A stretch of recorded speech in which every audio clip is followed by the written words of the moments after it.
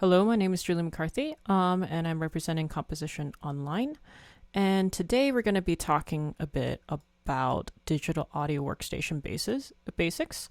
So let's just get started through there. So, a little bit about me. I have a bachelor's in music. I graduated in 2018 the music theory and composition at University of Denver, and I most recently got my master's in music at scoring for film, TV, and video games at Berklee College of Music in 2019. So let's get started. So let's take a look about the different types of digital audio workstations. So we also have some basic ones. The little one with the little disc over here in the corner, that's known as Logic. Then we also have this little chili pepper that's known as FL Studio. We have Studio One, Reason over on the left, Ableton Live, and we also have Steinberg's Cubase and Motu's Digital Performer. And we also have the purple over here. We also have Pro Tools. So the reasoning behind the colors is because these are the ones that are most popular with just in general. The orange ones are representative of the ones that are particularly popular with composers or film score composers. So Logic, Digital Performer, Cubase, particularly with Hans Zimmer. And then for more of the electronic production kinds of stuff, we have FL Studio, Studio One, Ableton, Reason. And then for more audio engineers, we have Pro Tools, which is usually the standard. So there's a lot of different options that we have here. In addition, most of these, not quite all of them, but of course the better ones that are more industry standard are the more expensive ones.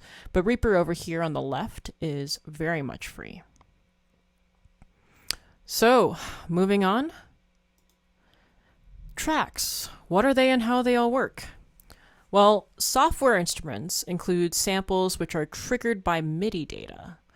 So, in order for a software instrument to work, you need to have something loaded into it. In this case, I have a classic electric piano here in Logic. And what's sending the MIDI data for right now is I have an 88 weighted keyboard attached to it. And of course, if you have nothing loaded there, if you have no sound at all, then you won't hear anything. So you need to have a software instrument attached in order to create some basic sounds. So samples are usually included within the software that you have.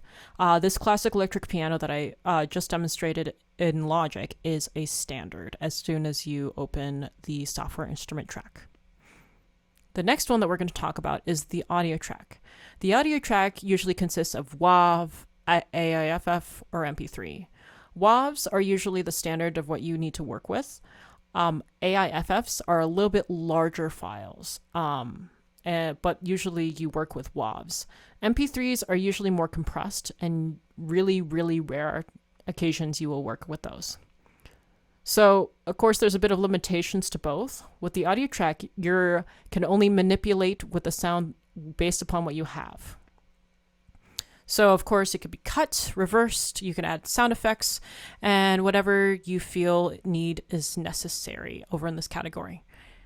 The next one that we're going to talk about is aux tracks. Aux tracks usually have an effect to it and usually used by buses to be sent from one place to another. And it's an easy way to send or mix effects and tracks. So looking back at my Logic, just coming back here, we have these little buses here on the side.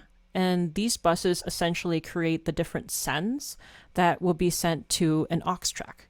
So let's look at a bit about our mixer. I'm going to press X in Logic to create that. So it's going to be sending to this aux track, which includes a couple of special effects. We have this really awesome reverb chamber, and we also have this EQ built into it. So when you're sending it to bus 3 or bus 4, that'll either be this small chamber or this large one. So that's bus 3, and you can see the label at the top. This one's bus 3 and that one's bus 4. So that's a little bit of understanding about where you're going to be sending things. and how they work. So if you want, for example, this electric piano to have a little bit more reverb to it, like for example, a large hall, what I would do is I would send a little bit more to bus 3. So I'm going to just do a lot more of a send, and you have a lot more of an echo. And you can see that in the send and the aux track, it is reacting to what is going on here. So therefore you can tell where it's sending and where it's going. And it gives you a bit more confirmation, particularly looking at the signal. So going back, we have MIDI data. So MIDI data is usually just a kind of squares that where you stop and push the note. For example, if I were to record here what I have going on. So it's just a brief example. There's a lot of information that was done in that recording. So it'll look like this. This is the piano roll basically, but this is a good information guideline for what MIDI data will look like. So they'll be shown in these squares. They tell you what note you played, how long you played it, and they also tell you what's called velocity.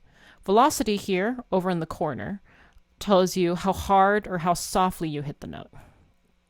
Now, different samples have different programmings to how they do the velocity. It's usually set from 1 through 127. That's the amount. Of course, 127 will be the hardest, 1 will be the lightest.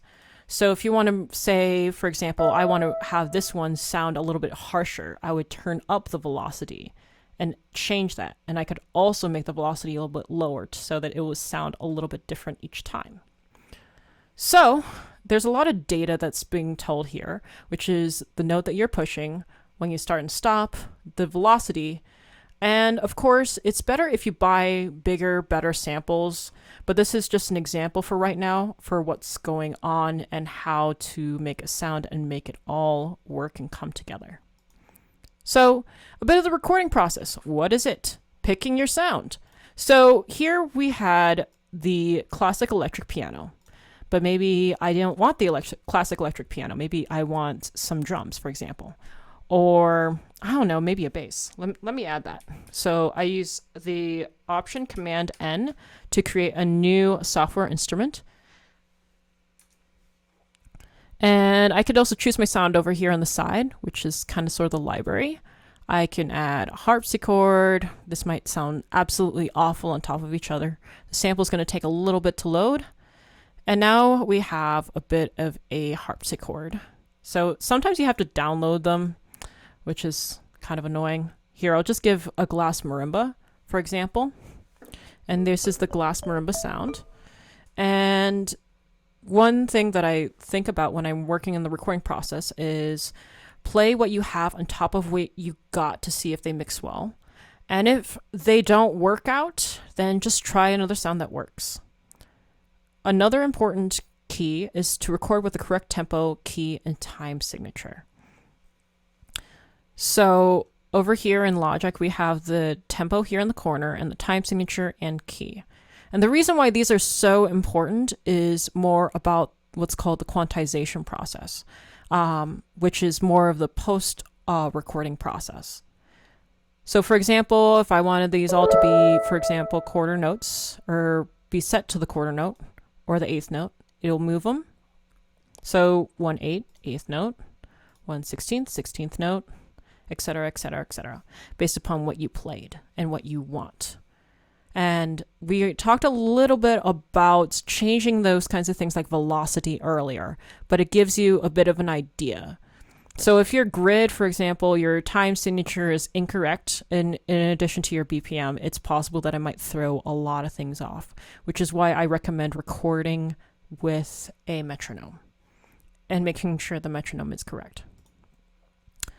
So that kind of gets a little bit more into the post-recording process, how to make it all sound better.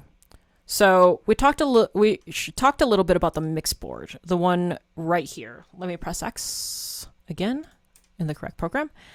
And we have the different volume level faders, the virtual faders here.